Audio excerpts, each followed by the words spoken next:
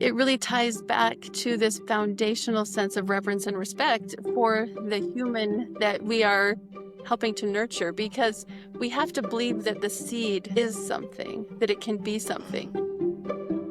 So often, especially in homeschool, we think that we have to do so much research to curate a perfect curriculum, but the curriculum is right there.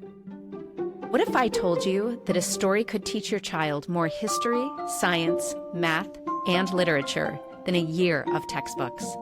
Welcome to the Story Schooling Podcast. I'm Angel Selden, author of Curiouser. And I'm Sandy Fouts, co-founder of Wonderwell Learning. Welcome. Today we have Dr. Mary Wilde, who is a pediatrician, TEDx speaker, author of an amazing book called Faithful Nurturing, Mothering from the Heart to the Heart. She's a mother of 8 boys. Do you have any homeschool experience? Yes, I have homeschooled my kids at different times. They are currently in the public school system or in college or graduated from college, but I have homeschooled and really enjoyed that experience. Wonderful. Today on this episode, we decided to focus our conversation on 2 principles in my book, which align with principles that Mary also teaches. I'll introduce them by the titles that I call them in my book. Then Mary can share her titles and expound upon that. So the 2 principles we'll be focusing on today are what I call feed the friendship and play at grown-up work. So Mary, what principles of your compassion parenting program align with those habits? Well, there's so much resonance, and that's why I always love talking to you, Angel and Sandy. I think that parenting always really begins in relationship and connection. And in fact, in my compassion parenting program, we do a Project Reconnect retreat every year because there is an art and a science of connection. So I think the foundation of it is just starting from a place of deep respect. I think about the philosopher Martin Buber, who wrote the book I, Thou. And it's basically acknowledging that we need to operate from reverence towards each other. And children are not like half people. They're full people who are just in a different place on their path. And we have the privilege of walking alongside them. So I love the work of Eli Harwood. She talks about raising resilient kids and secure attachment. And there are just 4 main things that we need to focus on to connect with our kids and to provide that secure attachment, which is always either growing or receding. It's not just something that happens when someone's a baby and then we can just check a box. So her 4 tenets that I really like to think about are the invitation to show up or be there for our kids, to light up when we see them, kind of like a puppy lights up, when you come home, they're running towards you and jumping on you and so happy to see you. We can learn a lot from our children and from puppies. Like my 10-year-old still is like, when I walk in the door, I love it. And then the third thing is listen up, these skills of deep listening and taking time to deeply listen. And then finally, make up, because none of us are perfect and we do need to leave room for repair work. So that deep relationship and that deep respect is really the foundation of where I'm coming from when I talk about all parenting skills and strategies. Connecting it specifically with learning. And of course, Sandy and I have always talked about how much overlap there is with everything in life. And, that it's kind of hard. We can't really compartmentalize parenting from educating. But if you could speak to how this affects how a child learns, as well as how we can apply that in a homeschool setting. Well, one of my tenets in my compassion parenting program is the idea of vision. And I think that aligns well with this deep respect we have for our kids. And everything we want to teach them stems from this vision of them, holding something, having certain knowledge, having certain experiences. And sometimes our vision isn't necessarily aligned with what they see for what the possibilities are. And so I think that really keeping in mind the endless capacity of our kids. And I think Suzuki, a wonderful musician who founded the Suzuki program, really emphasized this in his programs, just the idea of when he had this realization that, wow, even young children can learn their native tongue, this complicated language. And so he translated that to playing the violin. Having that vision that our kids are capable and full humans, I think, is what allows us to teach them with respect. So we don't try to dumb things down. We don't try, of course there's developmentally appropriate things to introduce and developmentally appropriate ways, but just recognizing that full capacity. So do you have an example of that? Or can you explain a little more what you mean? Like, do you mean having a vision of their potential self and respecting that, or believing that they are more capable now than most people think they are? So I don't know if you can like give examples or explain more. Yeah, I mean, I think it's a combination of both seeing their current capacity and holding this vision for their future capacity while not trying to control it either. Because I think that, as parents, it can be easy to say, oh, I have a vision for you. You're going to be a concert cellist, and therefore you will practice this many hours a day and you will do these things. But we know that learning needs to be more organic and self-directed. And so it's a combination. It's like a dance of providing the opportunities for growth and allowing them to test things and try things, but really not putting limits on them or, trying to drive their vision, but more like notice what we see in their capabilities and give them opportunities and put them, in an immersive environment where they can have books, where they can have music, where they can have all these enriching things around them like soil to nourish their capacity. I love that. I've used that analogy too of you're focused on the soil. You're not doing the growing for the plant. If you think of it as like a farmer growing plants, they're focused on making sure that the seed is planted in a place that has plenty of sunshine, has rich soil, and is getting enough water. But the plant does its own growing and it grows into whatever it is. It is. Yeah. You can't say, I have a carrot seed, but I really wanted tomatoes. Your approach where you say, listen up, like that's where listen up really plays in when you're talking about vision and asking lots of questions. So we talk about that a lot too, is just asking questions. So you really truly know your child. We think we know them, but there's so much more there that if our ears aren't open and we're not listening and we're not asking questions, then it's very difficult to have that vision and see that vision if we're not doing the listening up part of that. I love that. And I also think it really ties back to this foundational sense of reverence and respect for the human that we are helping to nurture, because we have to believe that the seed is something, that it can be something, that we have to have this curiosity. And otherwise, we don't invest in nurture. If we think we just have a devil, there's something there. I love that you used that word, like we should be curious about our kids. And in that listening, we are learning from them, we're learning about them so that we can better serve them. I feel like that segues nicely into we're watching, we're listening so that we can be there for them. And it reminds me, though, of a quote from your TED Talk. Anytime we get too intentional about something we already know how to do, like breathing or thinking or walking, it starts feeling complicated and awkward. And the same is true for parenting. And so as we break everything down and analyze it, I'm hoping that instead of now you have to do this and oh gosh, you're a farmer, you're growing this plant, you got to be making sure the soil's rich, you got to be making sure they have sunshine. Right.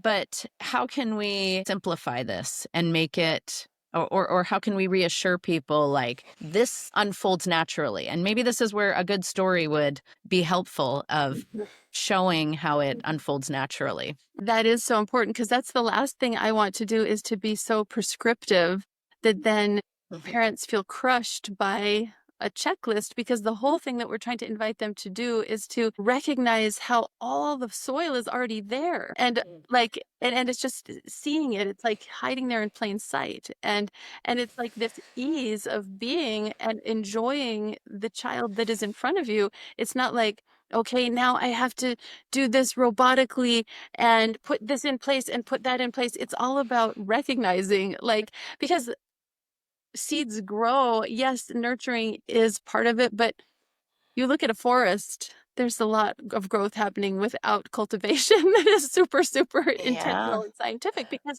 the whole idea is that the growth is innate. the wish to grow is innate. And yes, we can do certain things to foster that growth, but like the more intentional and prescriptive we get, sometimes it's like holding a flower too tightly, like we start crushing it. And so I think that it's really, really valuable to acknowledge that. I think this moves really nicely too into your idea of, inviting children into this adult work because, so often, especially in homeschool, we think that we have to do so much research to curate a perfect curriculum, but the curriculum is right there.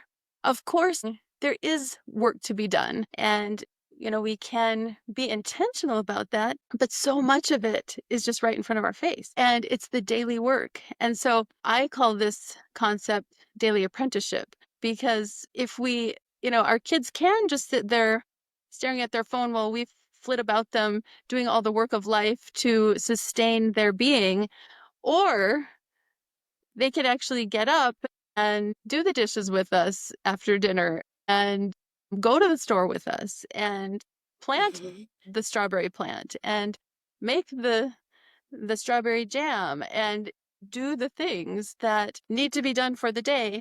They can be involved in that in a meaningful way. And it's a way to build that relationship. It's part of how we show up for each other. And sometimes when there's such a big divide between child work and parent work, then sometimes we miss those moments of connection where we can provide that attachment and mentorship. Mary, I have a question for you. Yes. So this is some personal advice I'd love to have from you. So I have a daughter who is much younger than the rest of her siblings. So I call her my only child of 6. Because she plays very much that only child role. And a lot of her childhood, I've worked from home a lot. So on my laptop a lot, sitting at the kitchen table, just working. And so, of course, what does she want to do? Emulate me. And she, takes a laptop, she opens it up and she just pretends to do things. So she's done this for quite a bit now. She's 10 and she truly does, do things more productive on the laptop now. But it actually used to hurt my heart. Like I didn't want that to be her childhood. I didn't want her play to be sitting at a computer, but I didn't know how to balance that. Or, there were things that I do that I think will help nurture and grow her as she watches some of this. But then there's pieces of it that I've felt just sad that that's what she was emulating. So I'd just love to hear what your thoughts are on that. Well, the first thought is that as we are trying to foster this growth, we're not like paused and like in stagnation ourselves, just like standing around our children watching for any moment to interject something. We keep doing the work and invite them into it. And yes, hopefully they invite us into their work as well. But I love this quote. This is from a book called If You Want to Write by Brenda Uland. And because one thing I talk about in my book is the idea of pursuing gifts and modeling the pursuit of gifts. And there are different degrees that we can do that. We could just set our whole life aside for 18 years. We could just kind of pursue our gifts at the edges of time, which is sometimes what I've chosen to do. Like waking up at 5 a.m. so I can do XYZ before my kids are awake, and then focusing on them, and then putting them in bed, and then staying up until midnight doing more of my own stuff. And that's just not sustainable. 100%. It's not healthy to show up as my best self for my kids in the middle of the day.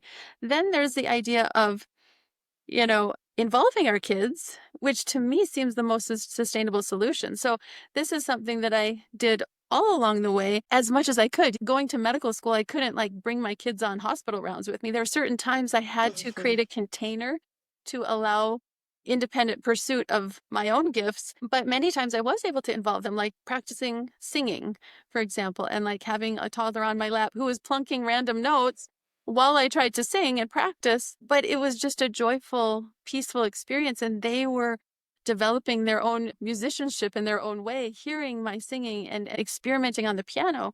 Well, I guess then there's the arranging protected time, but then there's the final extreme of just saying, oh, well, I'm going to just pursue my gifts exclusively and have someone else raise my children, and I don't feel, I don't sit well with that either. I think everyone has to decide at different seasons what degree of these different choices are to be made. But anyway, speaking to mothers who wish to write but never find time for it, Brenda Uland has said, if you would shut your door against the children for an hour a day and say, Mother is working on her 5-act tragedy in blank verse, you would be surprised how they would respect you. They would probably all become playwrights. She's giving permission for us to grow alongside our children, because I think that we mentor and we model. And it's true that there are different ways, like we can pour everything into them. We can be growing alongside them, or we can be modeling growth a little bit independent of them. But I think, to me, the most rewarding and happy path is growing together. And it's true that, they do emulate the things we do. And so hopefully you can recognize the beauty of that. But I totally understand what you're saying. Like, is this what my child sees of me?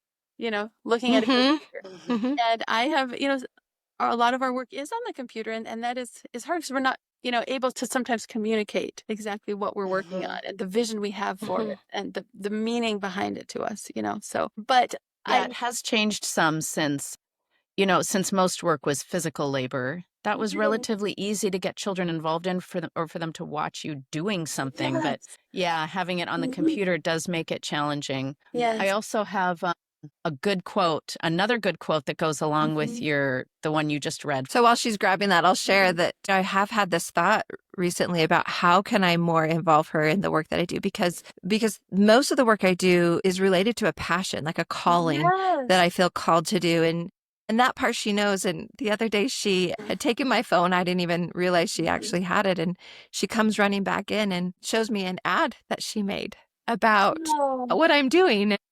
And so we decided, we're just going to put it up on our socials. Here's our new marketing apprentice, and let her enjoy that. And we were also packaging some gifts for some of our staff, and we, made a nice, pretty professional Christmas card.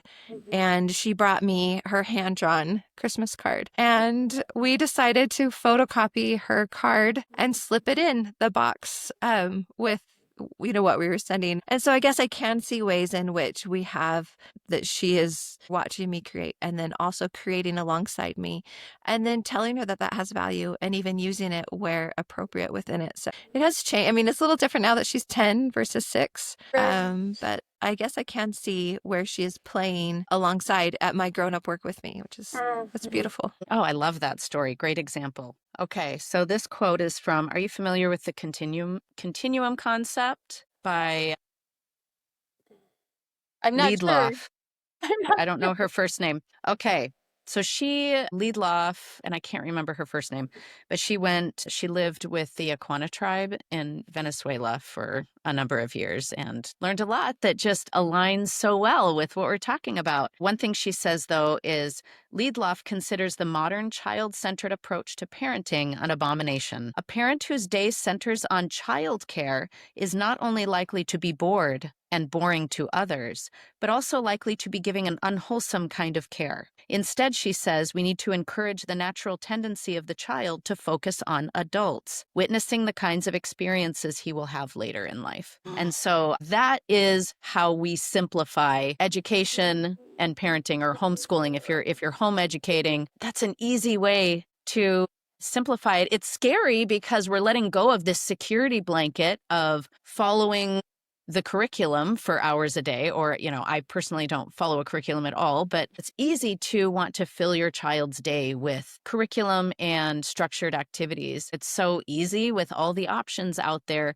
to fill your child's day with these things, and for them to never see you engaged in your own work and to see that you are catering to them constantly. I am putting information into your mind. Now I'm taking you to your dance lesson. Now I'm taking you to your music lesson and this class that you want to take. And so reminding ourselves that we can slow down, we can take time for ourselves. It's healthier for us and our children to have some time when we are working on our own projects. And ideally, like you said, that they can watch adulthood. And I think it makes it much more likely that they will be watching happy adulthood if we are allowing ourselves to further our passions as we parent. And that doesn't mean that all the daily work of just, like living, like laundry and food preparation and things like that don't go away. So there's plenty of opportunity to utilize those things. Yeah. Right. I remember there was a year when I was just slaving away making a Thanksgiving dinner. And I just finally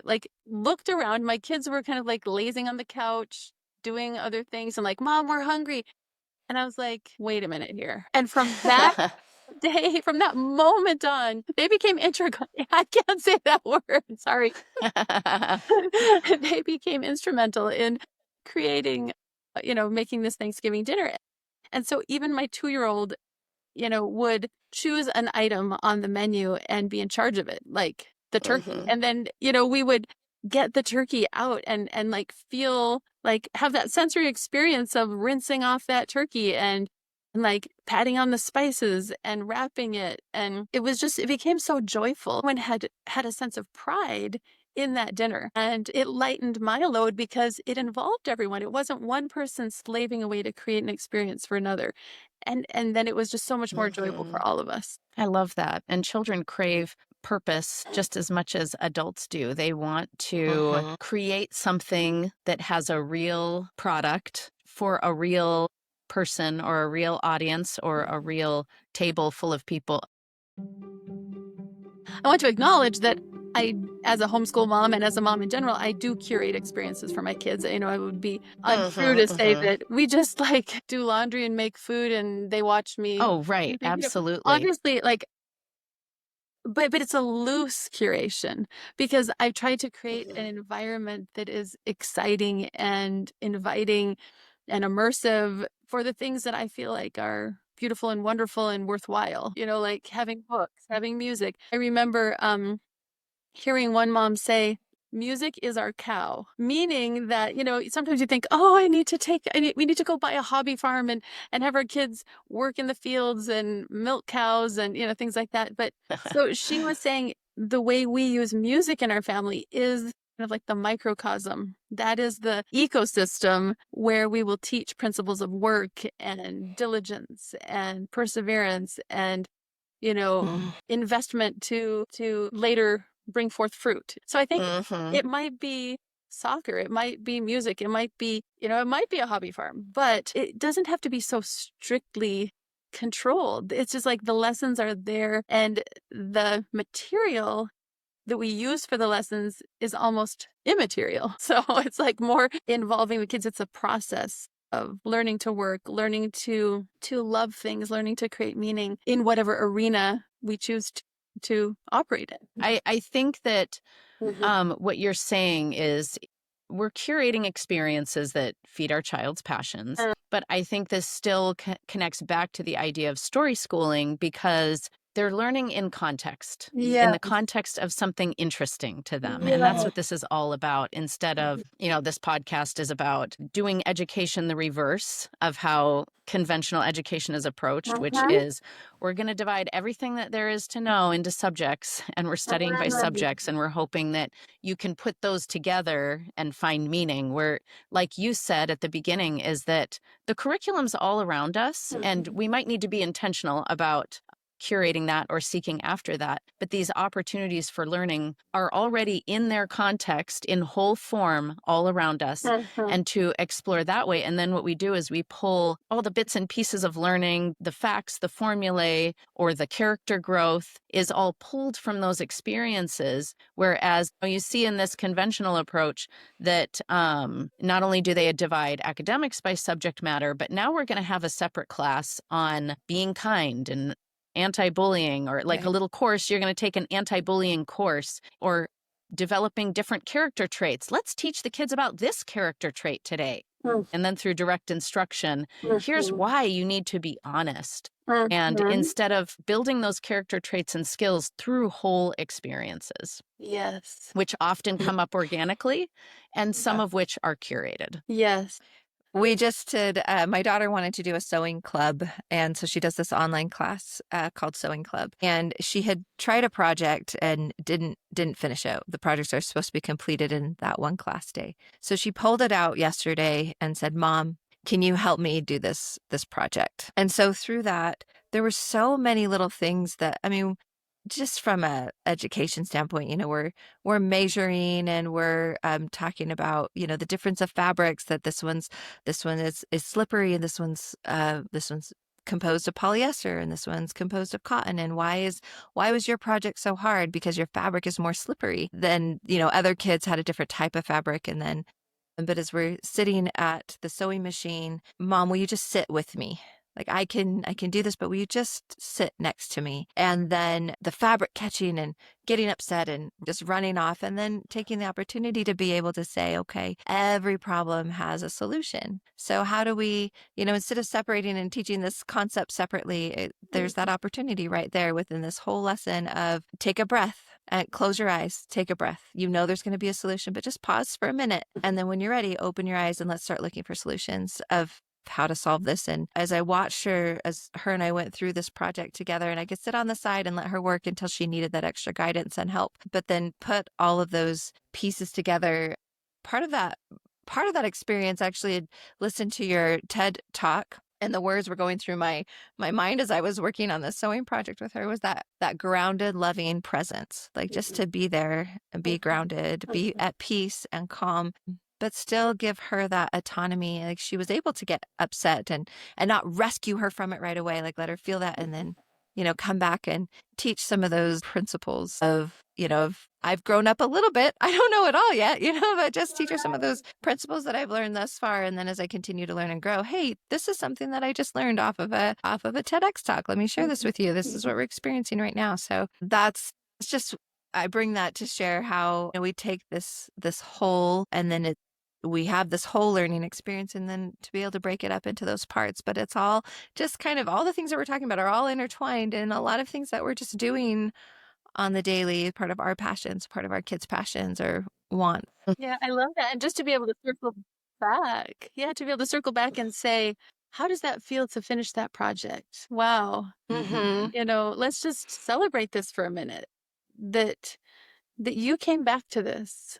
And that's how much more meaningful is that in a lesson in perseverance than sitting down and being like, perseverance is this, So Yeah. I was wondering if I could share a story as well. Like with this concept of daily apprenticeship, I have sometimes, balanced this intentional sense of what do I want my kids to know before they launch? What are these basic skills I want them to know how to do?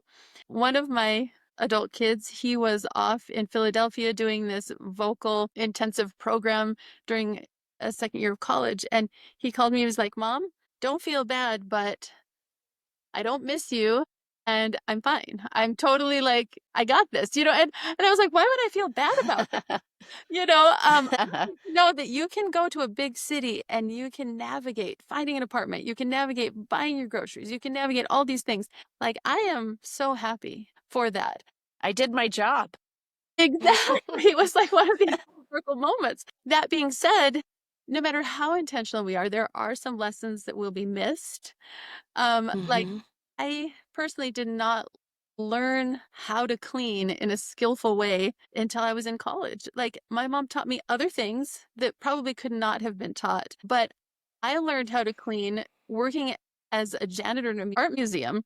And they were telling me, yep, we need to scrub the sink every day. And I was like, why? It's like already clean. But we clean to keep it sparkling. And I was like, oh, wow, I never thought of I never thought we could do that. And I think it's okay that some lessons will be taught by other people. And that's something that can allow us to just be like, let's take a breath. We can be intentional about curriculum, but we also don't need to stress out that we might have missed one lesson or 2 lessons or 10 lessons. Those will come in their organic experience as well. And then another layer of that is unintended lessons that we could not have even orchestrated. And one example of that is we were taking care of my mom before she passed away, and she required so much care. We needed to use a Hoyer lift to lift her. She needed to be changed and diapered and tube fed and all these things. And my kids sometimes had to wait. And one morning, it just brought me to tears because my son was like, Mom, after you make the lunches, after you feed the baby, after you feed grandma, will you read me a story? And I was just like, wow, what patience he has learned. I would never have chosen to make him wait so long to be attended to, but it was a lesson that was part of this unintended curriculum that I couldn't have even orchestrated. Anyway, that's a whole nother thing, a whole nother topic. Yeah, I love that. These Mhm. real life hardships. And this is a great opportunity to teach them or for them to learn organically the principle of seeing opposition as opportunity. And that through these hardships, on the surface, I think many parents, especially if they're homeschooling and they're not able to send their kids to school and, oh, at least the school's taking care of their education while I'm taking care of grandma, they might see it as this is encroaching on our learning time. But, Sandy and I have talked a lot about how sometimes the baby is the lesson. And you can also say sometimes grandma is the lesson. Right. Sometimes our sick or ailing family members are the lesson. In fact, gosh, these hardships in life and people that are in need around us are probably some of the best lessons they can learn before they launch. Knowledge gaps can be very easily filled later, but these opportunities for character development are absolutely priceless and will make them more self-reliant, happier in the future. I'm assuming you're the expert, Mary. More resilient. Tell us, Mary. Well, I really do resonate with what you're saying. And it's interesting. There's so much anxiety, there's so much depression, and these are internalizing symptoms. And they require a lot of self-focus to sustain them. And sometimes as we can invite our kids to come out of themselves so that's another tenet of my compassion parenting is this looking outward. First comes the grounded, loving presence and the foundations of love and vision and things like that. But then there's that's the launch pad or the ground with which we move to other things, to higher lessons of, how do we understand ourselves? How do we do meaningful and significant things in our world to have impact?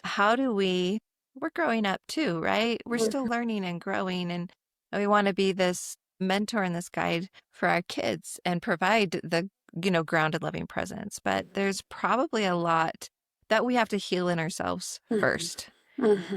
So what are your thoughts on that? Like, how do we do that and heal ourselves at the same time that we're trying to teach and grow these little human beings, both intellectually, physically, spiritually, emotionally, especially emotionally? Right. And I think compassion is an important word to me, of having self-compassion as we are learning these lessons. And also it brings us back to the makeup, the repair work that is always going to be part of the curriculum because we have to leave room for it. We have to be able to go back to our kids and say, that is not how I wanted it to go. Could we have a do-over? Or I'm sorry that I said those things. That's not really what I truly believe and think. Because then we're modeling that as well. We're modeling the way out of these sticky, uncomfortable, painful situations. And so we all grow together. It's almost more harmful and less educational to try to show up perfect for our kids, because then they just don't know what to do with that. But if we can, show and model that we can move forward from the times that we mess up and don't get it quite right, and move forward with that gentle, holding ourselves gently, just like we'd hold our children gently with compassion, then there's so fewer things that are like an emergency because we haven't ruined anything. We are just all growing together. That's what I tell parents who are struggling with figuring out how to homeschool their kids is actually your kids watching you trying to figure out homeschooling is probably the best lesson that they can learn. It's not, Sandy has talked about, she thought she was going to do all her research and pick like the perfect curriculum from the beginning, and they were going to implement that, and they were just going to do that curriculum all the way through. And she ended up doing a lot of trial and error. And so I encourage homeschool parents to embrace that trial and error process so that their kids can see this, hey, sometimes in life you make a plan and then that plan isn't working. And so you have to change the plan. I think this just all ties back to people, which is what stories are, right? We talk about story schooling and really we're talking about ourselves and our families and our kids, like just the people and our own stories and how it all relates back to those are the lessons. The best lessons that are learned are from stories, even our own stories and our kids' stories, and developing lessons from that. Mary, you actually took me off guard a little bit, not off guard, but you made me think when you said to be proud of her and celebrate the fact that she came back to something that she had quit. And I thought, wow, that's a lesson that I missed, within that. Like that's part of her growing story, and to celebrate that and bring that to light and show her the perseverance that came to that. This is her story, and this is part of it, and this is a piece of it that she did well, and pulling those little lessons out and showing her so she can look back on it again and say, oh yeah, I did that once before. I can do that again. Play and curiosity are not extras. I think it's a beautiful statement. So what I'm thinking of is, yes, make a plan. So like we have our book that we're reading from every day. I'm always reserving new books from the library. Charles is on a World War II kick right now. And so he's helping me do research on great books for children on World War II. So we have that in place every day. And then we do like a little math exploration in my own style. We don't use a curriculum. But this morning, for example, I sat down to read from one of these World War II books with him, and he asked, so how does radiation cook food? Referring to the microwave. This is what this means to me. Play and curiosity are not extras. My philosophy is you have your plan, but if I'm sitting down to do what we have planned and they have a burning question, I put that aside and say, yeah, let's talk about your question. I did end up reading to him some before I did this podcast. But for the first 15 minutes, we talked about, first of all, in order to understand how radiation cooks food or heats it up, you have to understand what it even means for something to get hot. It means that the atoms are moving faster, they're vibrating more. And so then we ultimately, in a very roundabout way, ended up getting to the idea that radiation is what it's doing is it's speeding up the atoms in what you're cooking. But we ended up going off on a tangent of, is there a limit to how cold something can get then? What does it mean to get cold? As something gets colder, what does that mean? Well, it's the vibration is slowing down, and ultimately arriving at this discovery that, well, then there must be a point at which the atoms are perfectly still. Yeah. And that is negative 472 degrees Fahrenheit. I don't know if that's exactly, it's something like that.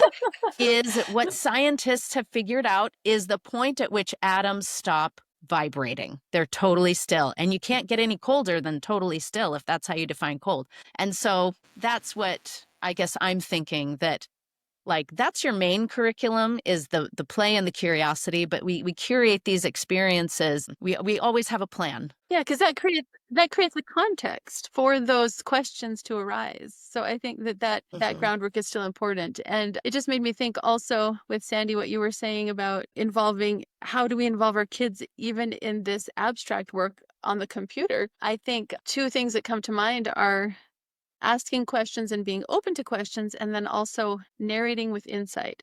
And I think that is something that I've learned to do. Even if I have my computer open, then I'm just kind of narrating a little bit of, now I'm doing this, now I'm writing this podcast, that is about this subject that I feel so passionate about. Because there have been times in my life when I have done things and felt like, wow, I wish somebody around me would celebrate with me that I've done this thing. Then I realized I have not invited them in to the process. And that happened when I started my podcast, that I just was like, do you know how valuable this is to me? I wish you guys would celebrate this with me. They're like, Mom, we didn't know you were even doing this, And so I stepped back and was able to invite my really young son to play around with podcast mics. And he's even on one of my episodes, like where we were testing out mics, and then it became playful, and it not only invited him into my work, but it invited me into his play. And then I was able to enjoy my work more because I wasn't stressed about microphones anymore. I was having fun, so. Yeah. And life can be so fulfilling and fun, especially if we are engaged in meaningful work, our own and our kids' meaningful work. Exactly. So Angel, I've got to pull this back because, if I was just listening, I would go, oh, sure, of course. But I have no idea that's what means cold and that's what means hot. Like this conversation you had with your son. Does Angel just have all this knowledge floating around in her head that I never gained when I went to public schools? Can you give a little insight into like what was did you look things up with him? Like, were you discovering things together, or do you just have all this knowledge floating around your head? That knowledge I already had. So Okay. I loved physics in college. So I learned that in college. I felt like my college physics class was way more interesting. I don't think I took physics in high school, come to think of it. But I remember things that are interesting to me. Yeah. So, I mean, but this is a principle of learning and great mentorship. And it goes really hand in hand with what Mary's talking about, how healthy it is for ourselves and our children to set aside time to pursue our own work. I am always reading.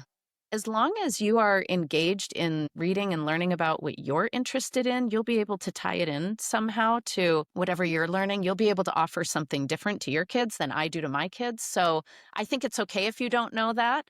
And that, yes, you would. I mean, again, like Mary's saying, it's actually better if we come to the table, the homeschool table, if you will, or the homeschool couch, or wherever you do your homeschool. Sometimes it's in bed for The us. floor. Yeah.